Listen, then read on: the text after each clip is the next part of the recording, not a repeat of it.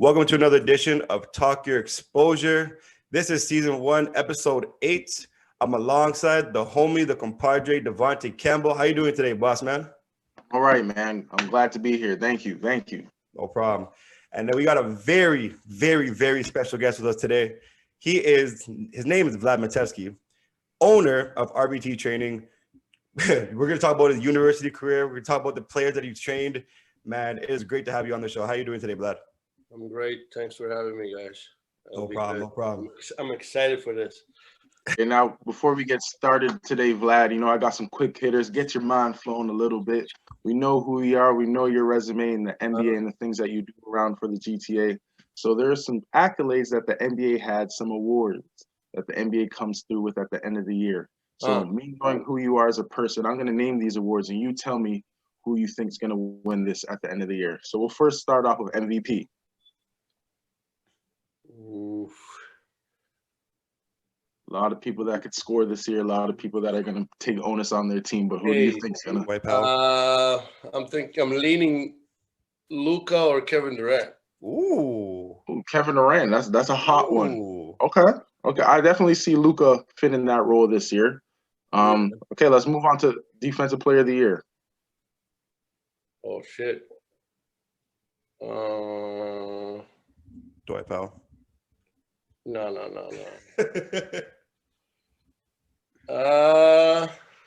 That could be Gobert again. Ooh, I mean, not again, but no, that's who I have. All right, 6 man. Now I was gonna, I'll let you answer first. 6 man. Damn. I would go with. Whew, I can't even say that. Well, maybe Lou again. Lou Williams, maybe. I don't know all these guys who coming off the bench, but yeah, I'm going with a safe one.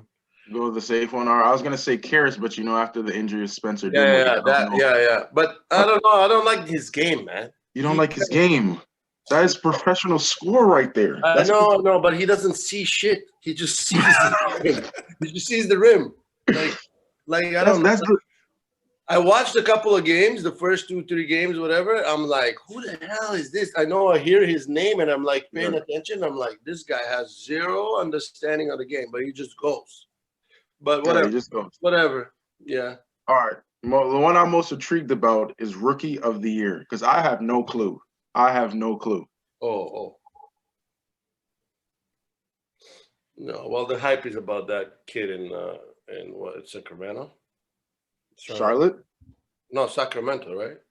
The new kid. Is he not the number one pick? Where is he? No, he's in Minnesota. Yeah, that Anthony guy. Edwards? Yeah. Okay.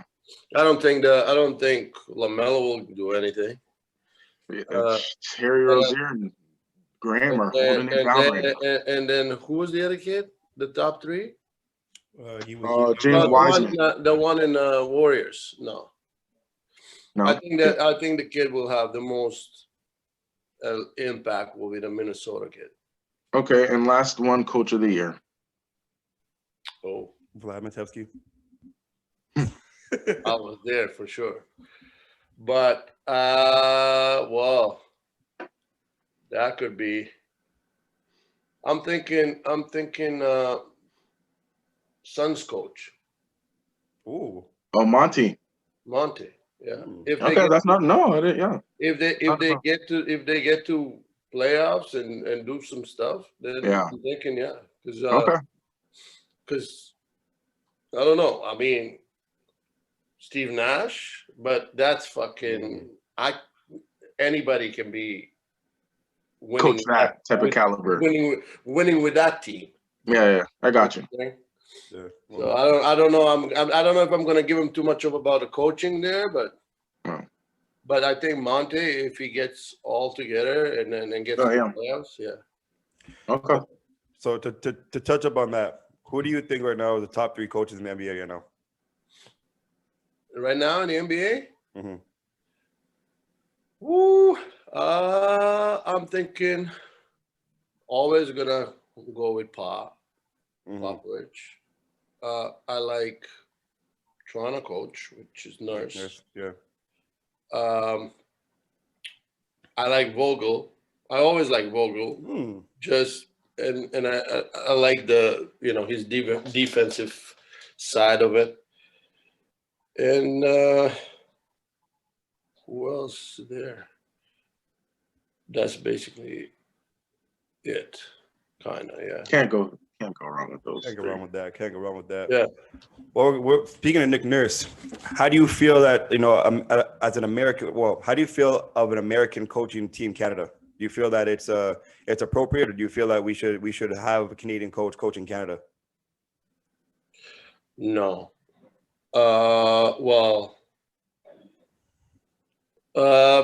You should have a Canadian coach if you have appropriate one, obviously.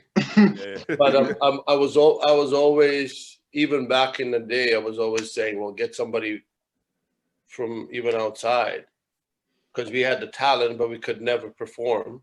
So even I was always saying, bring European coach, whatever, or somebody that knows what they're doing, and coach the team. But I think Nurse is, really, obviously, you have a roster full of NBA guys. And then when you bring a European guy, I don't think he's going to be able to connect with these guys, because Nurse is at least, he knows the mentality of these guys and knows how to handle. If you bring in a European guy, it's going to be a mess, because these guys are hardcore, and I don't think they will kind of connect with the players. And Canadian coach, they tried with Canadian guys. Nothing really worked so far. So, I wish there is. And then they're willing to do it, but so far never went through. There's guys that tried, but nothing happened. You know what I'm saying? So if you're going to keep failing, you might as well bring somebody from outside and see. Right. And then let's see.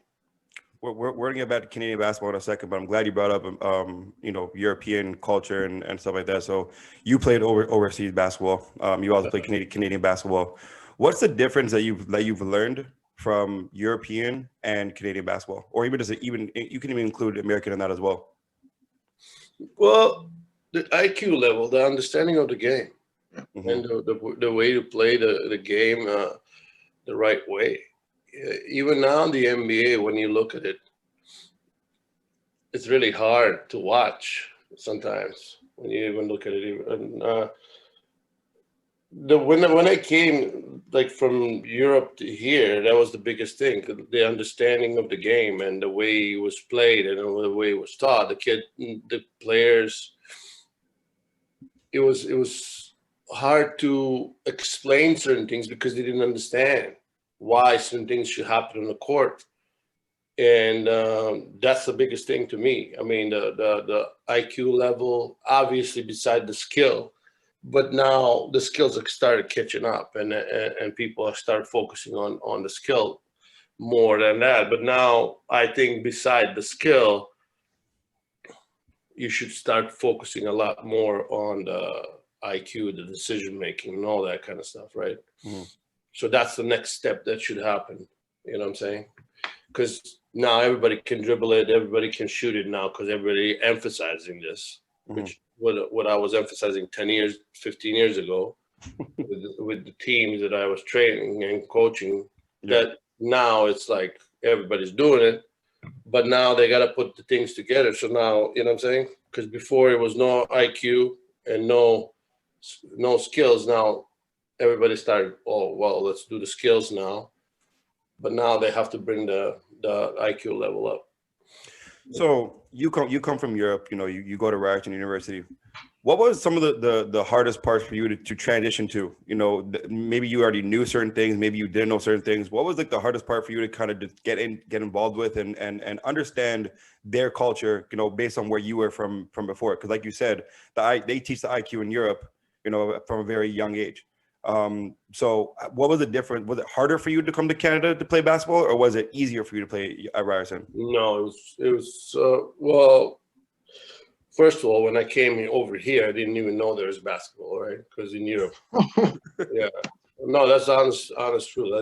I thought I'm going to be done with basketball. And because in Europe back then, we didn't know anything about Canadian basketball.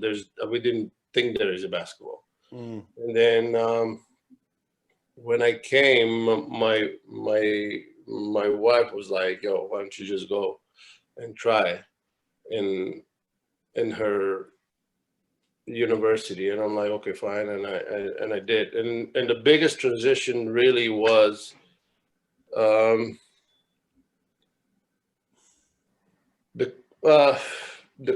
coaching, the dynamics of the practice, the players' understanding of a game.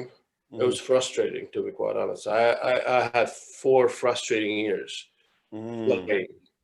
It was harder to play here than it was over there in terms of not. Because I'm more of that kind of guy, right? Like I can't play one-on-one, give me a ball and then play one-on-one. I can't. It's frustrating. And I'm saying I can do it, but it's not the way I see the game. So it was a lot of that. So it was a lot of whatever, like here's a ball, play some motion, calling motion, and you don't even know what the motion is, right? You know what I'm saying? So it's like, if you put it in motion, you have to have some IQ level so people can read and react and do different things. But when you don't have that, then how the hell is that going to work? You know what I'm saying? So you end up being in a situation, it's like someone jacks up a bad shot or whatever, forces a lot of stuff, and then it doesn't make sense, right? And then defensively, same concepts, right? So I had to argue with coaches certain principles that I'm like, doesn't make sense, right?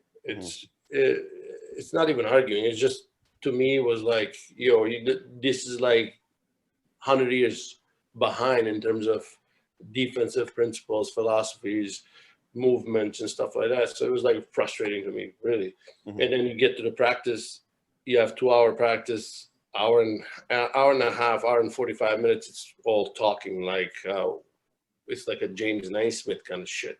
Somebody's talking, and then last 15 minutes, go ahead. And then the last 15 minutes will be like, yo, let's do press, full court. I'm like, we're cold as fuck. And we were just like, so now we're supposed to run and do all these things. I'm like, it was ridiculous. What do you think was I know you mentioned, the coaching aspect and how they weren't really preparing you properly for games, but for you, knowing what you knew from Europe, what were some of the things how are you able to overcome all that adversity and overcome all that, like, for lack of a better word, bullshit that was coming with being part of the team and not really understanding?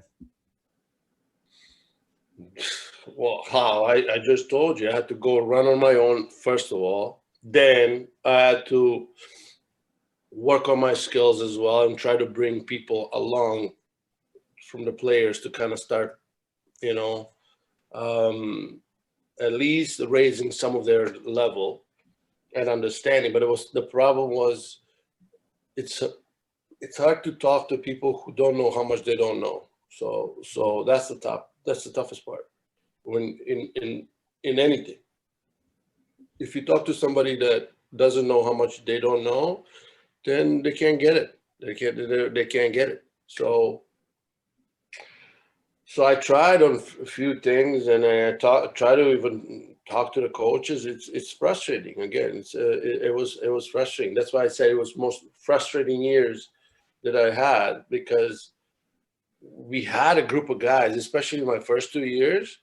We had a good group of guys that we could have really go to distance with the teams, but we didn't have the proper coaching, and that's what it was, really.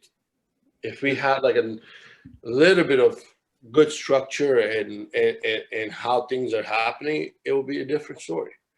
But no, and then you can't try to change the coach, because the coach was obviously in Europe, you first of all, in Europe, the difference between coaches in Europe and here, coaches have a backbone, right? So coach, you don't have to fire in Europe, right? Coach will leave on their own after they lose 2-3 games in a row, 5 games. They leave. They resign on their own. They have a freaking backbone. They have a integrity, and they say, "Look, I can't help this team," and that comes from the start, from the top, right? If the team is not winning, it's coming from the coach can't lead you, so that coach says, "Fuck it, I'd rather resign." And hopefully new voice will come and maybe they'll take him or whatever. But here you have coaches that were like under in unions, you can't fire them. So you have a coach that was in 20 years as a head coach, only the last 3 years had some winning record. So in 20 years, you sit there, you haven't won shit. You haven't even had a positive score for 17 years. And then you can't, and that was the biggest frustrating part. So you can't bring a new coach, you can't do anything. Like we tried with the players to kind of talk to the director or whatever, and what they do, they fire the assistant coach, not the head coach. The assistant coach not even getting paid. You know what I'm saying? And at least he was the one who's bringing players from all over. Wow. Right? He will bring guys even from the States and stuff. So he will bring talent, but then nothing we can do. It looks like I'm bashing the coach, and I am, but good guy. I'm not going to say no. It's good guy, great guy, but it's... It was tough. It's tough. It's like he tells you, if in the 20 years, if you haven't win and you don't have a backbone to leave, and you're protected under, as long as you come to work, you don't insult your players, you have the job, regardless if you're winning or you don't. So now that's a bad environment. Yeah, for sure. So you being a Ryerson alumni, you were able to see the culture grow. And you're able to see Roy Rana take over. I'm not sure who was coaching when you were coaching, and we don't need to know that. No, but he came after. Yeah, so Roy Rana coached the team, and the culture is growing and stuff like that. Did you ever get to follow Ryerson? Did you meet Roy Rana, who's now an NBA coach, and were you able to did you see the difference of when you were playing compared to now? Well, when Roy started, that was the first year that he brought what we had like agreement. He came to me and then asked me to train the guys. Mm-hmm. That was the first year they went. As soon as he got, they went to the Nationals the first year. Mm-hmm. when he came. That summer, he called me and then we arranged a gym and then we trained for the entire summer. Mm-hmm. Twice a day with all the guys, and that was the time that that was the first time they went to the Nationals, and then the next time they went with him on the National was when they hosted it, which was automatic, right? Mm-hmm. To be there. But the first real one was when that was the first year. So obviously, again, this was what was needed when I was playing. You have a coach that is dedicated and that wants to win and then try to do everything possible. And obviously Roy being all over the place, learn all these things and then knew how to incorporate things, right? And knew how to bring talent and knew how to obviously run a practice and do all these things, right? And he learned. He'd been a lot in Europe. He's very well connected. He learned. You know what I'm saying, with these Eastern teams.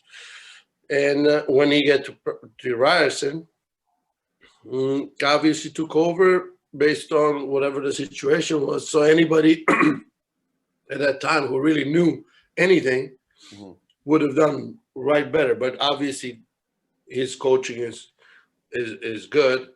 So that helped a lot on top of it, right? So it changed the whole thing. It changed the culture of the obviously the guys who are coming in, their commitment, the practicing, all that kind of, the whole system was changed, right? Mm-hmm. So put a lot of systems in there, obviously defensive, offensive systems, and then it's easy. Especially, I always say that if you know what you're doing in Canadian basketball, if you have a little system, you good. Mm-hmm. I've heard you talk a little bit today about system and isolation and stuff like that. Do you think isolation is not good for the game of basketball, or do you think that it's important to still be able to learn how to break guys down and kill guys one-on-one to take the disadvantage? That's you should have the skills, but you should know when to use the skills. You know what I'm saying? If you look at the and even Devontae knows, and you play one-on-one when you have a small advantage on it. Mm-hmm. If you play one-on-one when you catch the ball and you wait and all that kind of stuff, then makes it, first of all, the flow of the game slows on the offense. The ball stagnates, mm-hmm. and then the defense sets up easier if you're going to have that. Mm-hmm. You should have that one-on-one situation maybe on the last 5 seconds, on the shot clock and all that. But one-on-one, you only do one-on-one when you have a small advantage, like a half a second advantage, or play off of closeouts and stuff like that.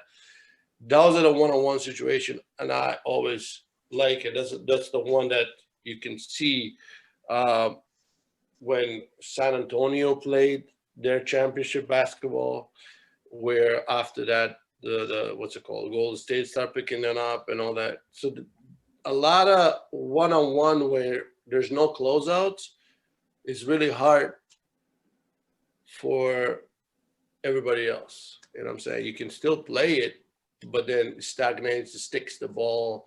The fluidity of the offense is not good. People watching, defense is set up. I don't think it's a good thing. You should have it, but know when to use it. So talk to us a little bit about RBT training. How did that start? Where did you get the inspiration to develop that and to really grow that? And tell us how many years it's been around for as well. Well, like RBT training really started after I finished with the team that I have. Like I started with a team about 2005. This team called 5-0. Mm-hmm. And then after 5 years with them, so I got them in grade 8, and then until obviously grade 12. After that, in 2010, I started training guys, because a lot of the guys that I had on that team, they kind of moved up and got scholarship in the U.S. and then some got scholarship here, continue playing, and then a lot of guys saw the way these players were developed, and they wanted to kind of come and train. Mm-hmm. With me, and I mean, during that time, I still ran training, but mostly with the guys that I were on the team. Mm-hmm. It wasn't really focused just training, because that's the beauty about what I had with that team, and this is I always refer to as the biggest really success and an impact I could do. The training is that I could have trained the guys, and I also had to impact their IQ level and understanding of the game, and on a basketball standpoint, also on a mental standpoint. So I had like a lot of time with them, because but when we started back then, the what's it called, the club level was really, you go in once a week or twice a week. Even to this day, is the same. Yeah. So when I committed to that, I said to the parents, I either going to have 4 times a week minimum with the kids, or I'm not going to be involved, because anything less than that, it's a recreation. There's nothing to do with basketball. You can't you can't impact anything with the kids. You can't really get any continuity. You can't do anything. And I told them there's not going to be any March breaks. There's not going to be any Christmas breaks. We're going to run from September till June and full straight months of basketball. You either can commit it to this or I'm not going to be your coach. Mm. And they committed. And from then, we got 4 times practice. Never used that never had our gym time for playing our games. We always always played away so we can get an extra practice or extra game or whatever. Mm. So that was the key part, because I worked with them individually and as a team. So it was really well structured. I mean, I ran it it's like a college. I ran it like a college thing, right? So where we break down every single thing. So I had a system and then broke down the system to the smallest piece, and then I incorporate the skills level to the system that we were in. And after that, obviously, this is where the biggest impact was, because all the players moved up and moved on and all that kind of shit. And now people start seeing that and start wanting to kind of train and get better. And that's how RBT started. And after that, till this day, that's what I've been doing. So this is a two-parter related to your coaching. And first question is, who was on that 5-0 team? And second question, what is your coaching philosophy when it comes down to, team structure and stuff like that? Well, on that team, Stefan Nasic, Stefan Zwerka, he played in Lehigh with CJ McCollum on that team. Then Jake Hill, I don't know if you know him, Alex Hill's brother. Yeah, he played with me. Russell Lagman and a few others. Like all of them that moved to the played. Vlad Velici, Vlad Velici too. He went to York. So that was... You coach at York right now too. Yeah. Yeah. Still? Or is it York or Seneca? I'm not sure if it's one of those. Yeah. Yeah. But it not the most talented kids, but we got to the level of where we were just because they worked all that time. We had a good group of guys.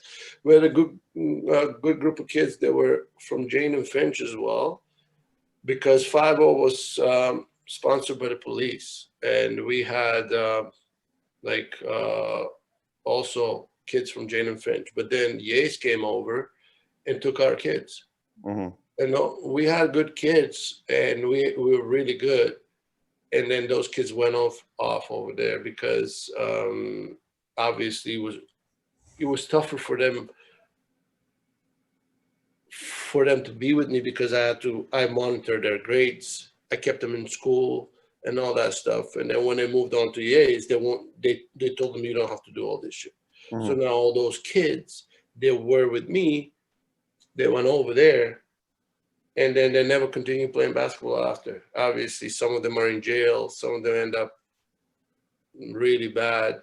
So that was my worst thing.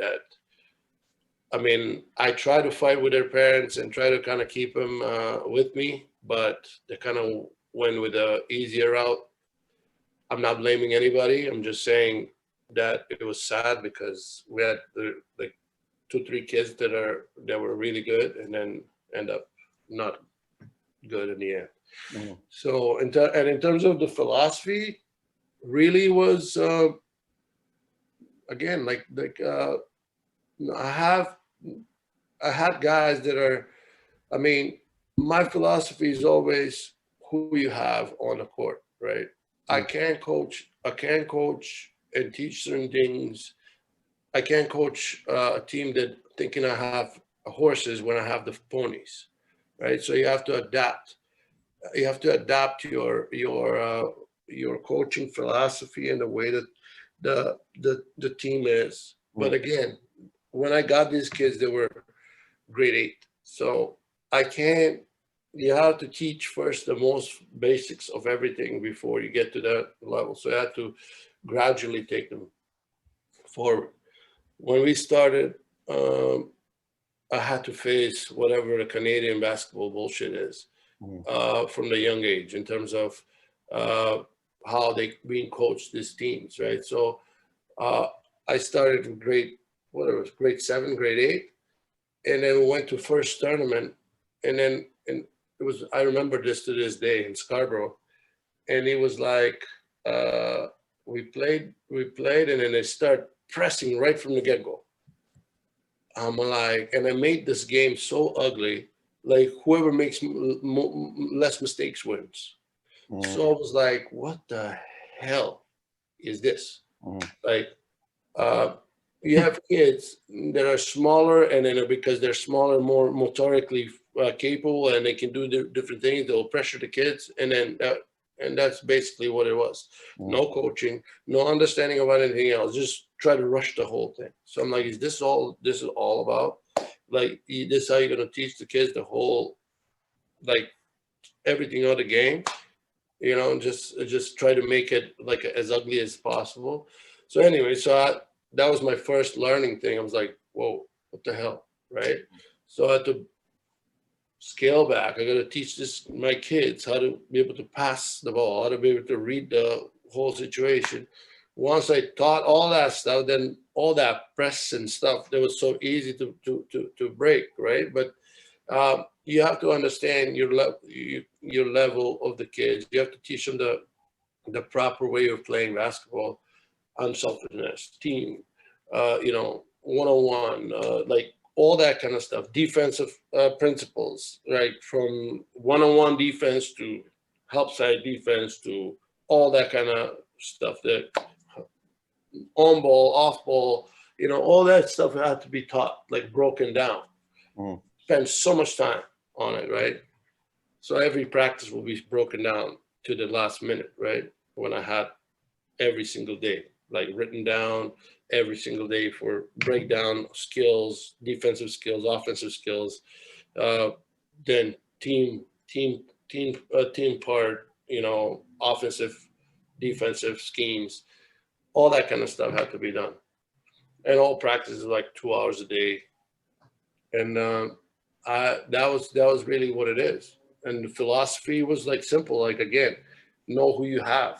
I mean, I can't think about high level things that I see on TV, and I'm thinking what I have on the court, if they can do that.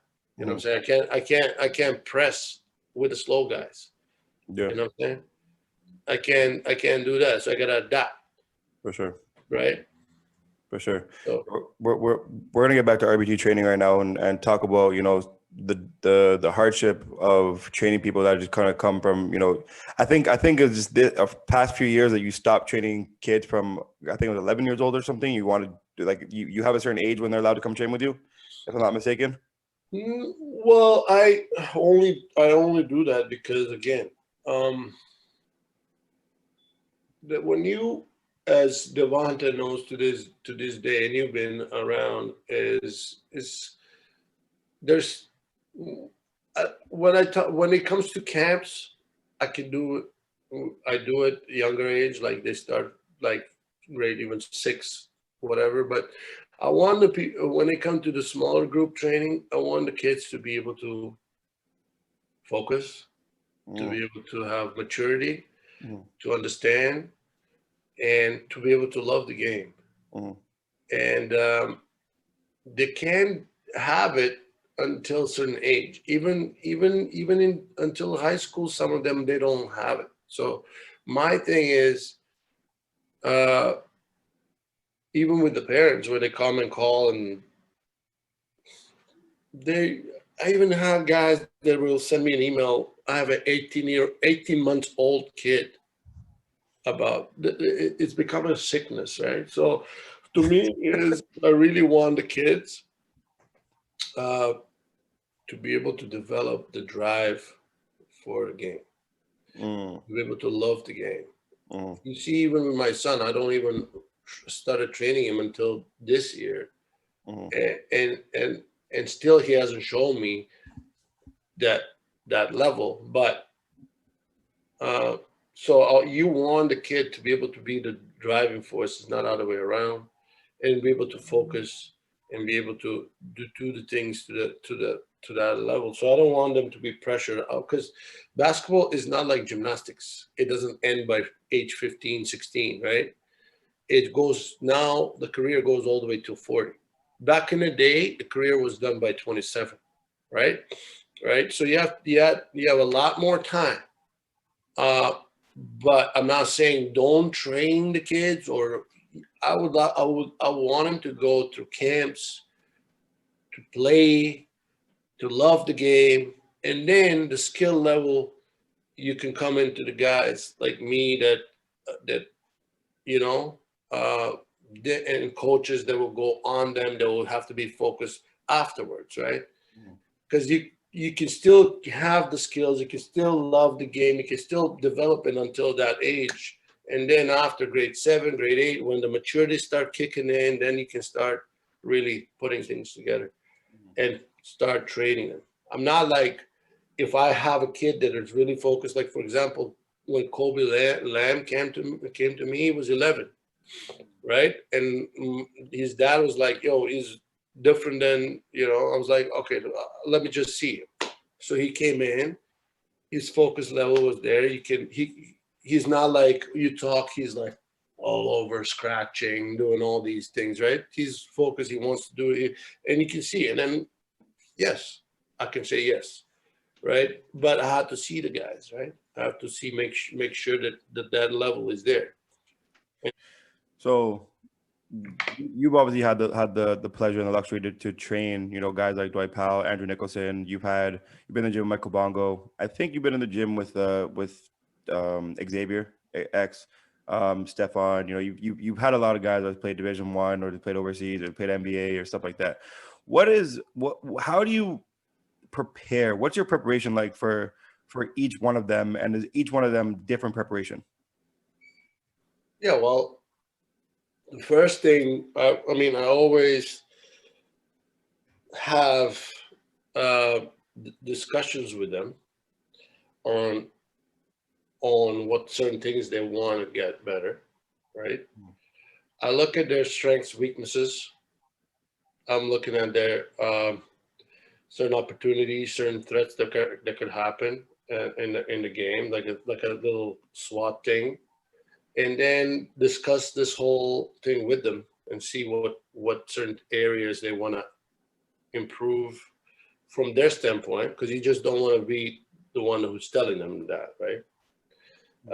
You present this, say what you think, and then have a discussion of what they want to do, and then find a common ground and then go for it.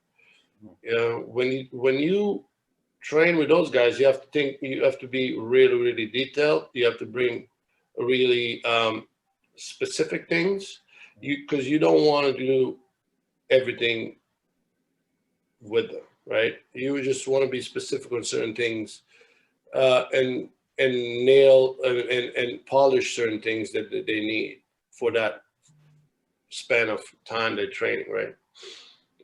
Again, the way I train, the way I coach is really, I want them to get better. I'm not a trainer that want to get you tired and that's it. You know what I mean? There's a difference between a trainer and like a skill developer and all that kind of stuff. So because trainer can get you reps and get you tired and all that kind of stuff, right?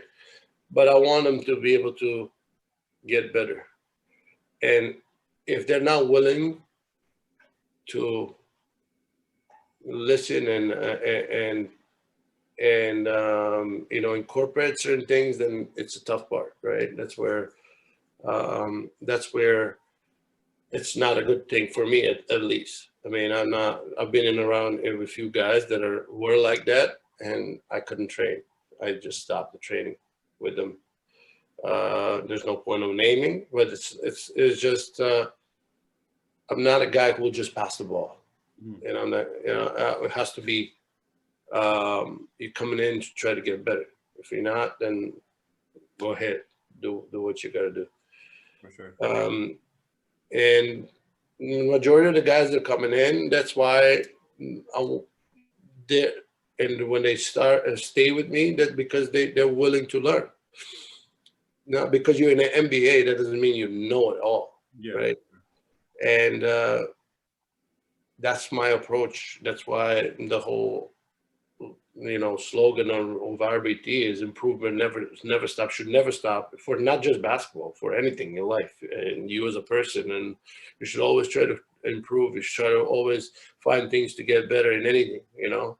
You don't know something, go and research, get better on it. You know what I'm saying?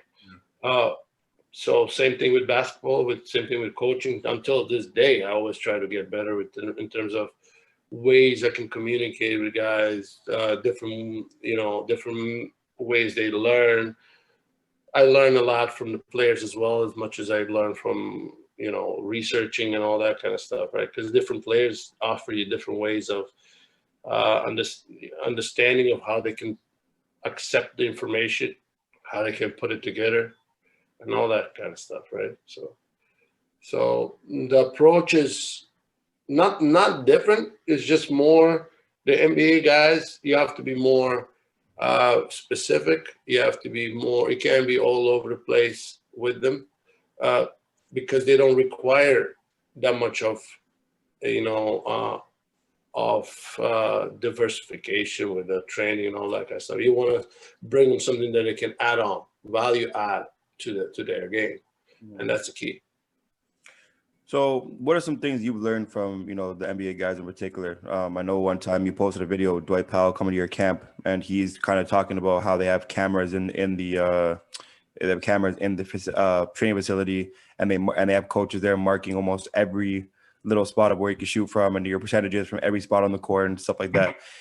Did you know that? Did you know that before he spoke about it? And also, what are some other key things that you've learned that you could tell our viewers and our fans for today?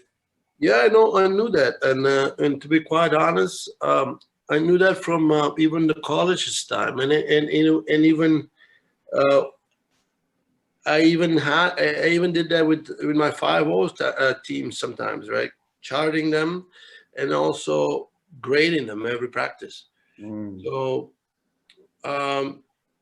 we graded them on every practice. We'll post a grade list based on different things they can do, from the defensive, from the hustle, from the offensive, from the charges, from this, and they will post it like a rankings, right? So they can see it after practice how they do.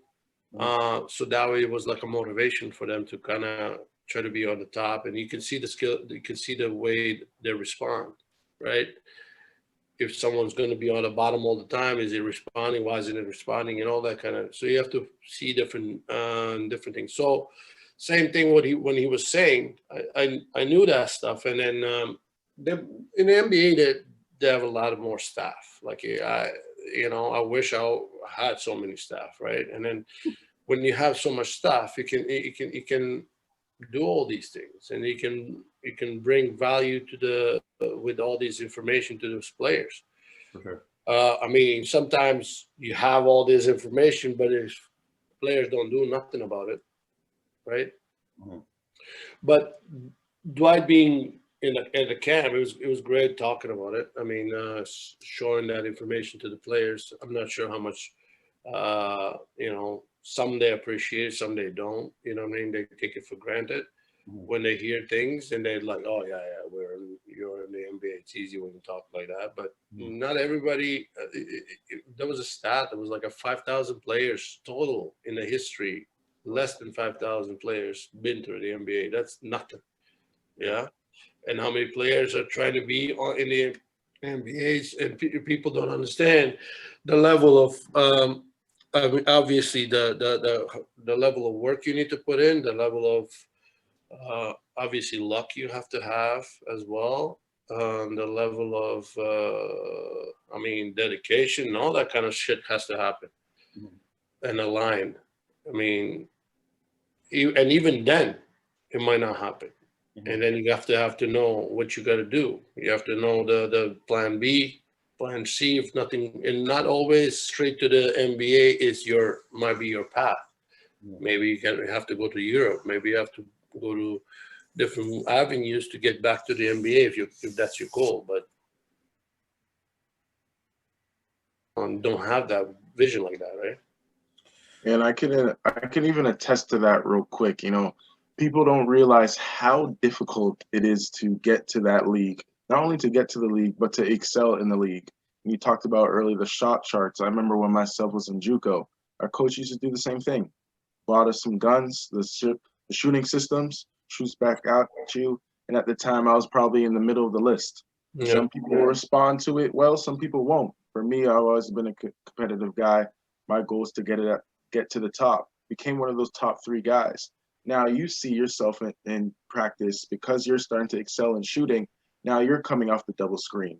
Now you're coming off the flare screen. So things like that were always the competitive nature you get to see. And me being a coach as well now, you get to see when you put something in, you implement something in new, how your players respond to those things. It's always interesting to see who you project to come out strong or do well in those things, and then the players that don't do it.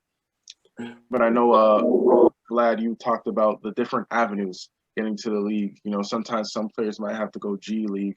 Sometimes players might have to go to Europe.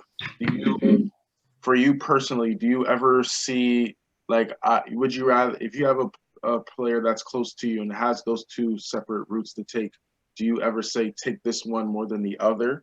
Do you have a lane that you tell them to choose? Again, it's individual shit. The biggest, not many people can survive in Europe. Europe is ruthless in terms of you really have to be mentally ready to play in Europe. The pressure is way higher than you can ever feel, especially higher the league you play. Because when you go to Europe, when they pay you as a foreigner, it doesn't matter at what league you're playing. You're coming in from outside. You're taking someone's spot who's from the same country, and they pay you more money than everybody else on that team. They expect you to be like Jordan every night. And then the I told you about the integrity of the coaches and all that kind of stuff. So coach over there is like a holy thing. Okay.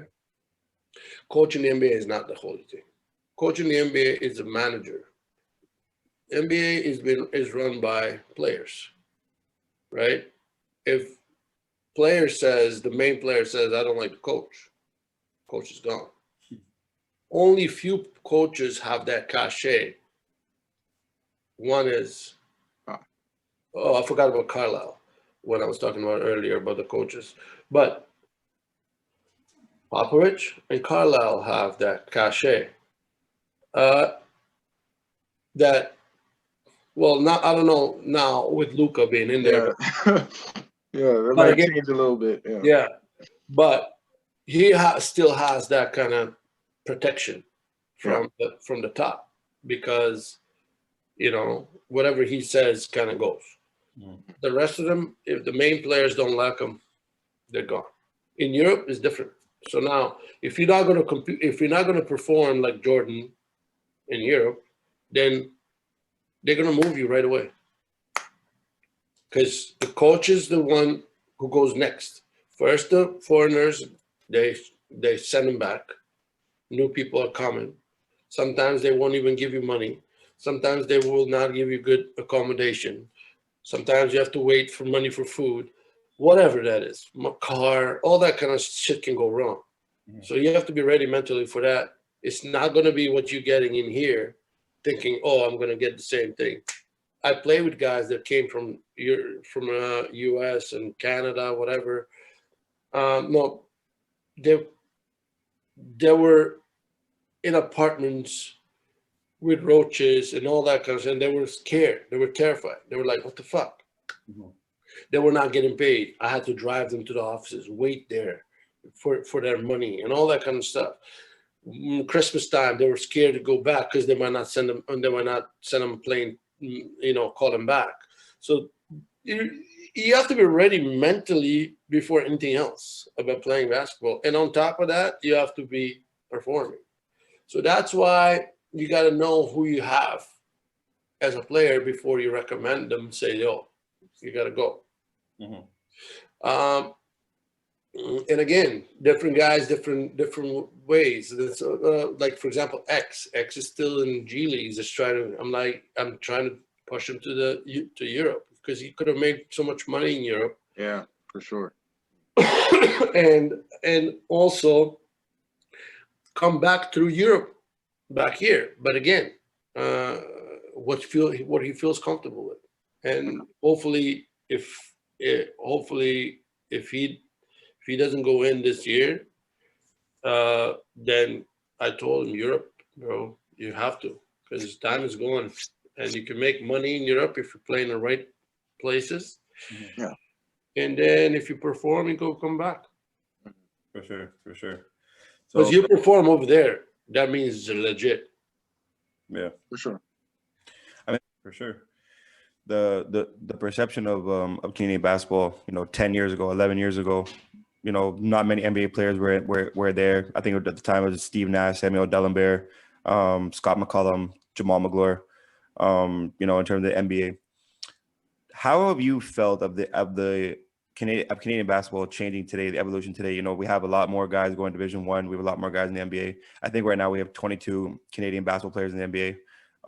Last year, I think it was about 55 Division I Canadian athletes that we had. What's your opinion on the evolution of Canadian basketball, and how do you see it progressing and continuing down in the next 10, 15 years?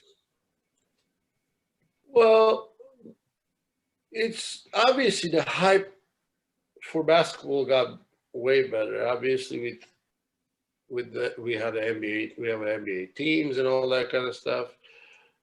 We had a couple of guys that are started.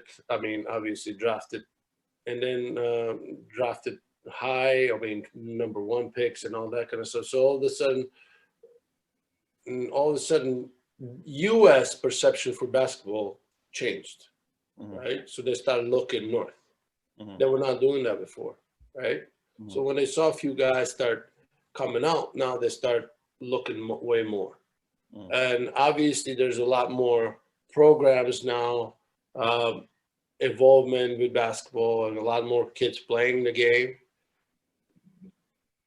It kind of naturally start coming along. I mean, I still think that we can produce way more than that, but it is what it is. I mean, it's drastically change over time. It's no longer like just a hockey country, right? But again, I think still we can still do a lot more than what we can do right now. Because a lot of times is when we have teams, and we have a lot of times when we can do way much more with the kids that are not the ranked 1 or 2 on the team, right? Yeah. I want those kids to be able to go, because a lot of times these teams will have a couple of guys that are really good, and then what do you do with the other guys, right? Because these 2 guys will go regardless in college or whatever, because they're talented. What can you do with the other 10 guys? Right? Can you utilize the top 2 guys' recruitment, because people will come and watch them? What can you do for the other kids? Can you move them up and put them in a situation? Because that's where I think is missed, right? From our perspective, from my perspective, for our basketball. Because I think we can do way more better for those guys. Because if you spend more time on not the top 2, but the rest of the 10, you will get.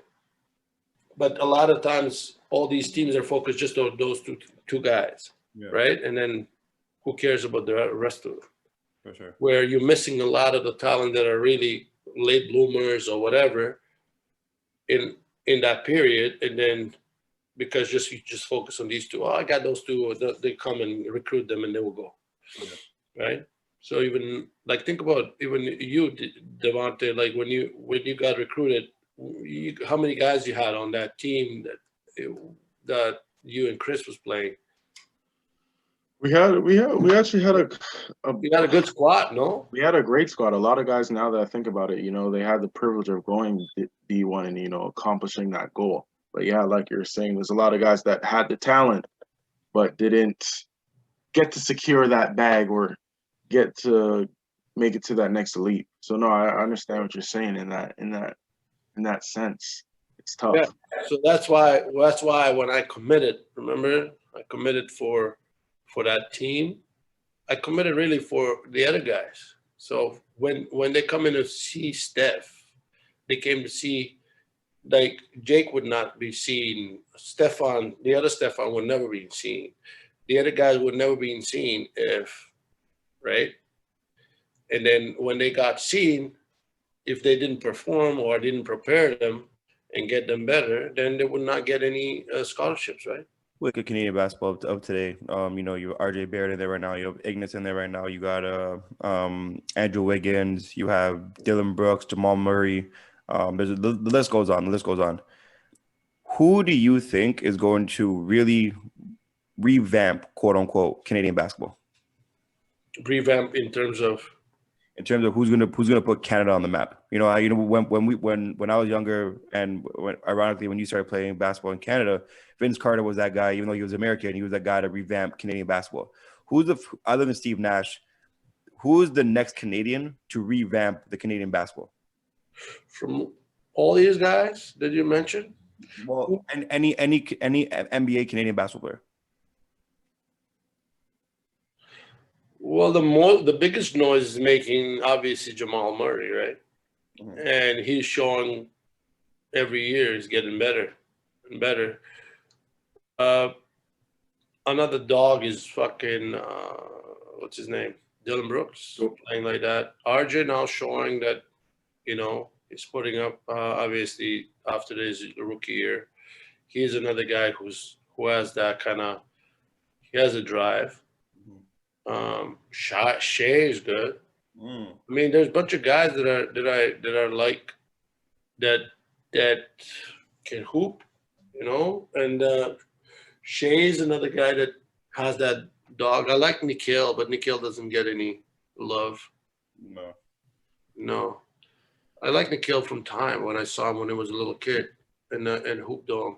Yeah. Training on his own, and I knew it. He's going to be in the league for sure. The way of now that focus, what he showed me when he was like a little kid, it was like crazy. Because I would train guys, and he would be on the side. He will train on his own, do things on his own, like for hours. So that's the level of commitment when you look at the driving force, right? So he had a vision. He wanted to be in the league, and he ended up in the league. But then he put in a lot of work because I saw it. Like haven't seen it from guys in a long time.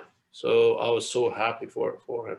But again, there's a bunch of guys. You can't single him out. I mean, obviously, Jamal has the most success so far.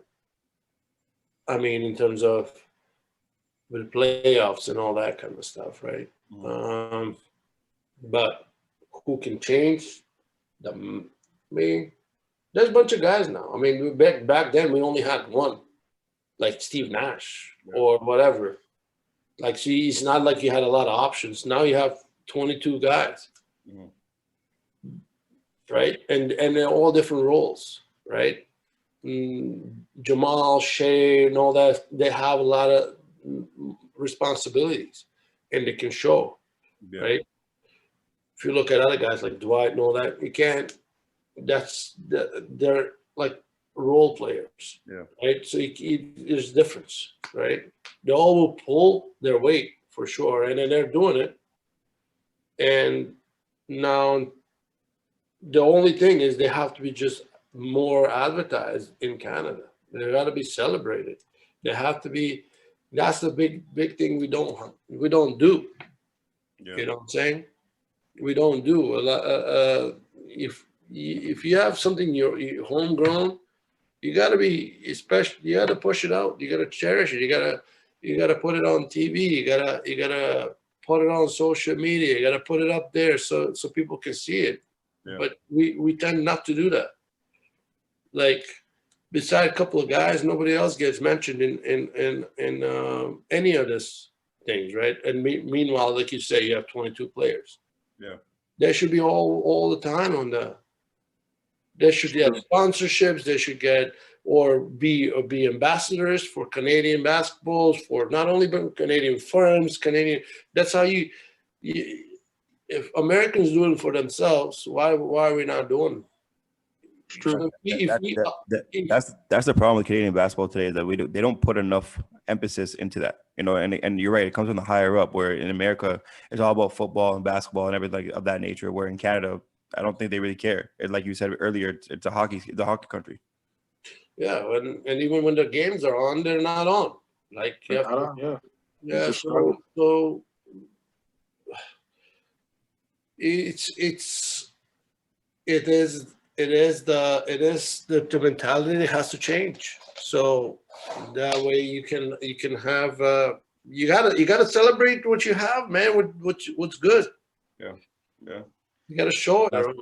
One last question I want to ask you, and then we're gonna get into some quick hitters from Devontae. I want to ask you, what is your opinion on some of the youth Canadians of like Elijah Fisher, Zayden Cole, Noah Nagamba? I don't know if you know who those guys are really, but what's your opinion on the youth basketball, in Elijah in particular, for Canadian basketball moving forward? I always come down to someone is asking you, or my son sometimes asks me about these high school players. I don't know all these guys, man. I really don't want to pay attention to this. I think we're putting too much pressure on these kids. We're giving them too much props, and they haven't done shit.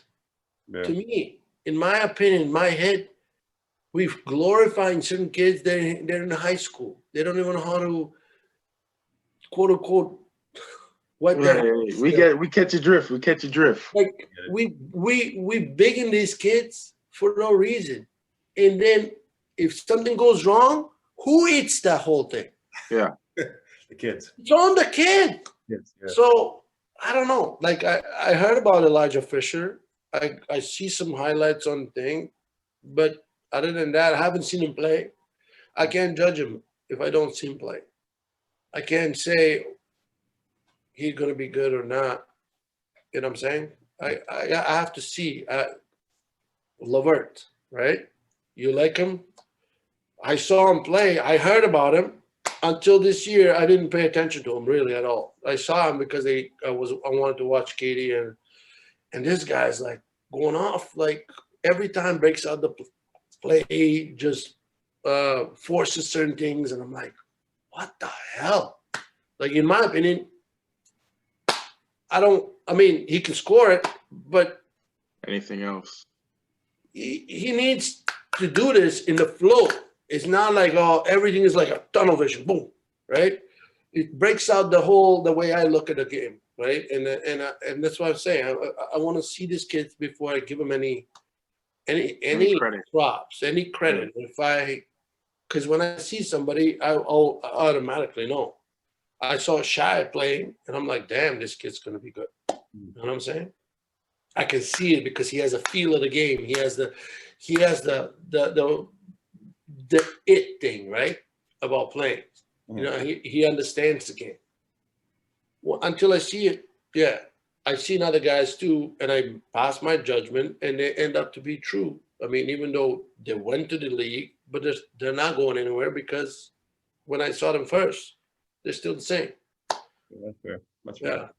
That's fair. So you could tell from the initial time or from a very young age whether that kid is gonna. How's that feel on the game? How's the feel? If you play easy and the game comes easy to you, then you can see that you can work with a kid and you can get far, you know. when it's forced, when it's all that kind of shit, I don't know. I don't think so. You know what I'm Okay, so real quick, Anthony Edwards, Patrick Williams, who will have a better career? Have you seen both of them play? saying? I don't know them. Okay. I've heard there's Patrick Williams because my ex-coach was Patrick Williams, and it was a part of the highlights. Who's he on? Chicago Bulls. Yeah. He made a shot, whatever, and they called Patrick Williams. I'm like, who? Okay. But no, I don't know them. Okay. I don't know all these rookie guys. Like, I really gotta pay attention to them. Pat, who are you picking? Because I gotta see. If I'm picking, that's a tough one. That's why I asked. You know, they kind of do the same thing. Fairly both really athletic. I'm gonna go with Anthony Edwards, just because of the leisure he's gonna get at Minnesota. They need him right now.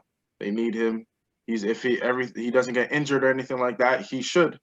The way it pans out for him, there's nobody else. His no knock to Malik Beasley, but that's his next guy in line. I mean, both of them will get an opportunity, no? Yeah, both are getting an opportunity. I think they both have a big leash, but Patrick Beverly has Otto Porter Jr., which plays decent right now, so that's his next chain. On the other hand, Anthony Edwards doesn't really have anybody. If he plays bad, he plays bad. He's going to play regardless. So that's why I'm going to give him the edge. Well, that's the thing, right? That's a very important part. Yeah. As much as if you don't have the leash, that can kill your game. Yeah. That can kill your game. And we might see that here in LaMelo Ball. I'm getting a little – obviously, the media is killing him for every bad game or every bad play he makes. But you have a guy like – he's a guy who I like. He has a feel of the game too. Yeah. But what he needs to clean his game. Yeah, it's too – like the feel is there, mm-hmm. which is good. This is where I said it's going to be easy for him. But now he needs to clean his game. Yeah. From all the skill stuff, right? Because he has this. Now he needs to clean the skill part. Yeah, he has all the skills, hands down. Probably the most skilled guy all around out of the draft. He doesn't have the skills yet. He doesn't have the skills. He has this IQ. Okay. The IQ. Okay. He has the IQ. He has the feel of the game more than anybody else, but he doesn't have the skills. The skills is meaning technical skills. Fair. In terms of shot to be able to be good. You know what I'm saying? Tighten up. All these assets like finishing, all that kind of shit has to happen. Fair. That's fair. Because if he can knock down the shot, then it's going to be tough. You know what I'm saying? All right, so now we're going to play a little game called A Perfect World. All right, I'm going to give you a scenario. Give me something that I know. I'll give you something. I'll give you something that you know for sure. All right, so the first question is going to be in a perfect world. You're 19 years old again. You have every scholarship in the world to go to a team in the States, but you get in the perfect world to make your body a certain way in the NBA. So you're going to do somebody you want to take from their passing, athleticism, defense, shooting. All right, first we'll start with passing. Whose passing ability would you take into your game? You're 19 years old again. Anybody retired, still in the league? Magic, okay. Defense. Jordan, okay. I missed one. IQ.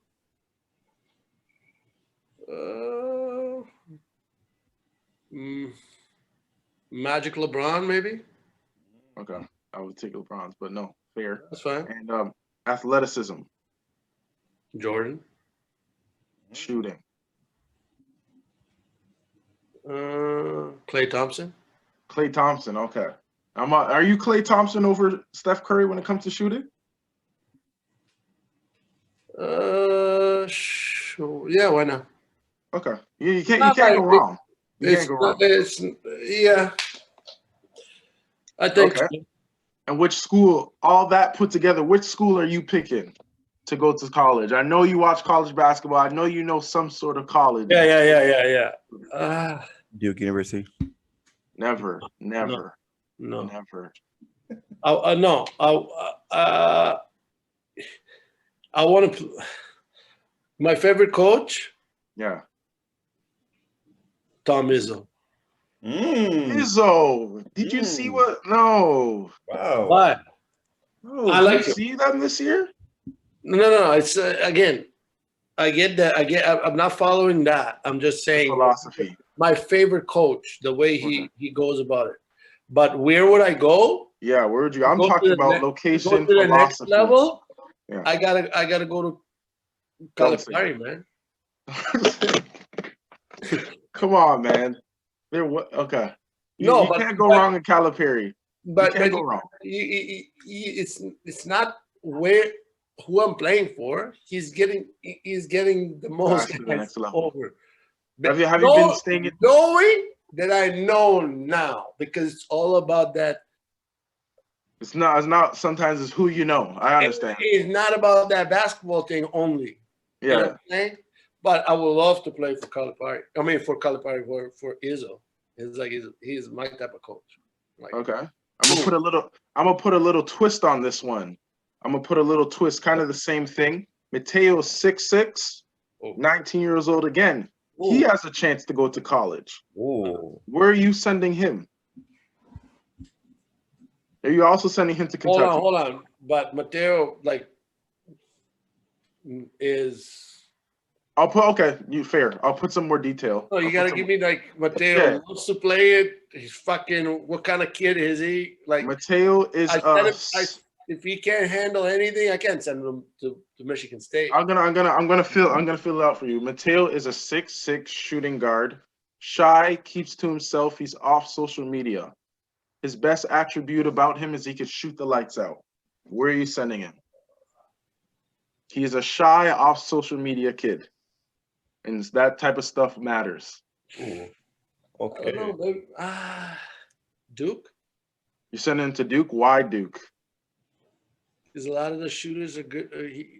Coming out of Duke that are, they've been part of their system, I guess. They run a lot for shooters, for the guards. I'm thinking of, obviously the first name that pops up for me is JJ. The other guy was the other guy that was there. Who was there? There's another white guy that was. I can't. I can see his face, but I don't know his name. Yeah. Okay. I forgot his name. But yeah, there and then yeah.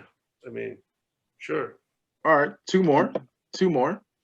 Yeah. Again, this is a perfect world, right? This is a perfect world. You still you train guys over here as you do, but now you get an opportunity to be the personal trainer for an NBA team. A perfect world. Which team are you going to and why? You are that trainer, that household trainer for that NBA team for the whole year. Off season, mid-season, preseason. Which team are you picking and why? Milwaukee Bucks. I gotta hear this. Milwaukee Bucks. I can impact them the most. Obviously, what's his name? Giannis. Yeah. I can fix his shooting. I know. Yeah. I can fix all of that stuff for him. And he has the biggest upside if I fix all of that. For sure. You fix that, it's done. Yeah. I can not only the shooting, the low block work, the mid post work. I can make him a complete player for sure, 100%. No, I totally agree with you. I think I could definitely see it now that you put that picture into play. I think Giannis he's probably the most competitive guy in the league. Like he was an MVP with the least skill of all of them. Yeah, fair. That's very true. With the least you can work with. Like think about what he did with just the least. If you put everything else in his game, for sure, it's over. Especially in the East. You put him anywhere. It doesn't matter East or West. If he can shoot it, if he can go on the block and demand double team every time, There's no stopping after that. No, you're right. I think You Drew just stop. Holiday. Like, Do you think Drew Holiday was the best addition to their team? Or I shouldn't say best, but a good addition. Like, upgrade to Bledsoe, 100%. I never liked Bledsoe. You can't. I never liked Bledsoe, and I have a huge problem with Steve Van Gunningham playing him over Nikhil Bo. That's a topic for a different day. Yeah, for sure. Well, you know how that go over there, but yeah, that's one. Yeah, that's the team I will go and be able to. Okay. Yeah. Last question. Now, who would you recommend? Last question. I'm gonna switch it up. Who would you recommend on this show? And you have to help us get him there. I have some names in particular, but I know I'm putting you on the spot here. We have some other episodes coming up. Who would you recommend on this show? You know, pick their brain as well. And you would have to help us getting him on this show. Do you have anybody in particular? I thought you're not gonna name me. I'm not gonna name you because what I think might not be what you think. You know, you never want to put yourself in a bubble. From any aspects? Any aspect. Obviously a basketball aspect, but any aspect. And remember, you have to help us get him as well. That's the catch. Jesus Christ. There we go. There we go. No pressure. Oh man. Who would be good to talk to? Oh fuck. Canadian guys? Anybody, Canadian, American, We've had American people. It could on be this trainers. It could be players, current or past. It could be anybody. Oh. Why are you putting me? I don't even remember. I don't know. Who did it? I'm putting you on the spot, man. I got to put you on the spot for one. Mike George. Mike George, household name in Canadian basketball. No, Mike George. Okay. So you're gonna help us get him on the show. I can talk to him for sure. Okay. With that being said, he'll love to talk. It's funny you mentioned him because someone else we had on the show actually said the same thing. So it's funny that you mentioned Mike George, but well, he's connected to. I mean, he's agent of majority of the guys, right? Yeah. Right. So it makes sense. You might get a good insight from him on how contracts work. You're right. With that being said, Vlad, we definitely want to thank you for coming out to the show, talking about your basketball career, training, kids you coach, and how you've been able to develop and make your way in the Canadian basketball world. What are some of your social medias that people can find you on? Instagram, the Real Basketball Training. Okay, make sure you go follow that. Make sure you go follow him, and as well, Vlad. Again, I really just want to say thank you so much for taking some time to talk to us today, and I'm hoping that we can see more of you down the line, and we appreciate you. Yes, sir. Thanks for having me. No Appreciate problem. You, man. Okay. Yeah.